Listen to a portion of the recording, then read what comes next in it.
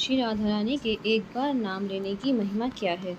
एक व्यक्ति बहुत दुखी था। उसका बेटा था, पर वो ना ही पूजा पाठ करता और ना ही कभी मंदिर जाता, जिस वजह से वो परेशान रहता। फिर वह एक दिन एक संत जी के पास गया और कहता है कि संत जी, मेरा एक बेटा है, वो ना तो पूजा पाठ करता है और ना ही भगवान का नाम लेता है।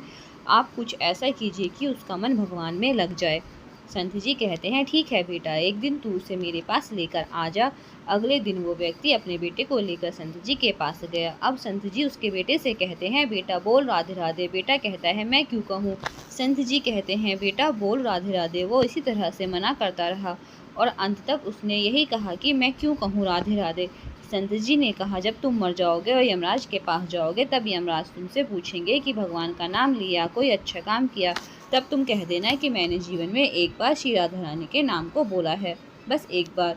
इतना बताकर वह चले गए। समय व्यतीत हुआ और एक दिन वो मर गया। यमराज के पास पहुंचा। यमराज ने पूछा, कभी कोई अच्छा काम किया है। उसने कहा, हाँ महाराज, मैंने जीवन में एक बार श्री राधा रानी के नाम को बोला है।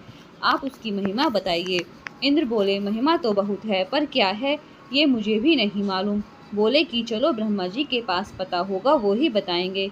वो व्यक्ति बोला, इंद्र जी ऐसा है, दूसरे का हार को हटाकर आप यमराज जी के साथ मेरी पालकी उठाइए। अब एक और यमराज पालकी उठा रहे हैं और दूसरी तरफ इंद्र लगे हुए हैं। पहुँचे ब्रह्मा जी के पास। ब्रह्मा ने सोचा कि ऐसा कौन सा प्राणी ब्रह्मलोक में आ रहा है जो स्वयं इंद्र और यमराज पालकी उठाकर ला रहे हैं। ब्रह्मा के पास पहुँचे सभी ने पूछा कि एक बार श्री राधा रानी के नाम लेने की महिमा क्या है। ब्रह्मा जी बोले, महिमा तो बहुत है, पर वास्तविकता क्या है कि ये मुझे भी नहीं पता, लेकिन हाँ, भगवान शिव जी को जरूर पता होगा। वो व्यक्ति बोला कि तीसरे का हार को हटाइए और उसकी जगह ब्रह्मा जी आप लग जाइए। अब क्या करते, महिमा तो जाननी थी। अब पालकी के एक और यमराज, दूसरी तरफ इंद्र और पीछे ब्रह्मा जी हैं। सब मिलकर भगवान शिव जी के पास गए और भगवान शिव से पूछा कि प्रभु, श्री राधा रानी के नाम की महिमा क्या है।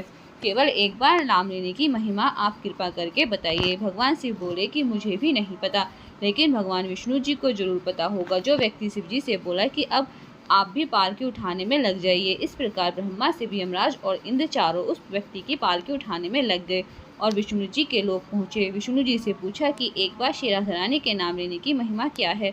विष्णु जी बोले, अरे जिसकी पालकी को स्वयं मृत्यु का राजा यमराज, स्वर्ग का राजा इंद्र, ब्रह्मलोक के राजा ब्रह्मा और साक्षात भगवान शिव उठा रहे हों, इससे बड़ी महिमा क्या होगी। जो जब सिर्फ एक बार श्री राधा रानी नाम लेने के कारण आपने इसकी पालकी में उठा ही लिया है, तो अब मैं ये मेरी गोद में बैठने का अधिकारी हो गया है। भगवान श्री कृष्ण ने स्वयं कहा है, जो केवल रा बोलते हैं तो मैं सब काम छोड़कर उसके लिए खड़ा हो जाता हूँ, और जैसे ही कोई था शब्द का उच्चारण करता है तो मैं उसकी ओर दौड़ लगाकर उसे अपनी गोद में बैठा लेता हूँ। राधा नाम की महिमा ही ऐसी है। राधे राधे बोलते रहे।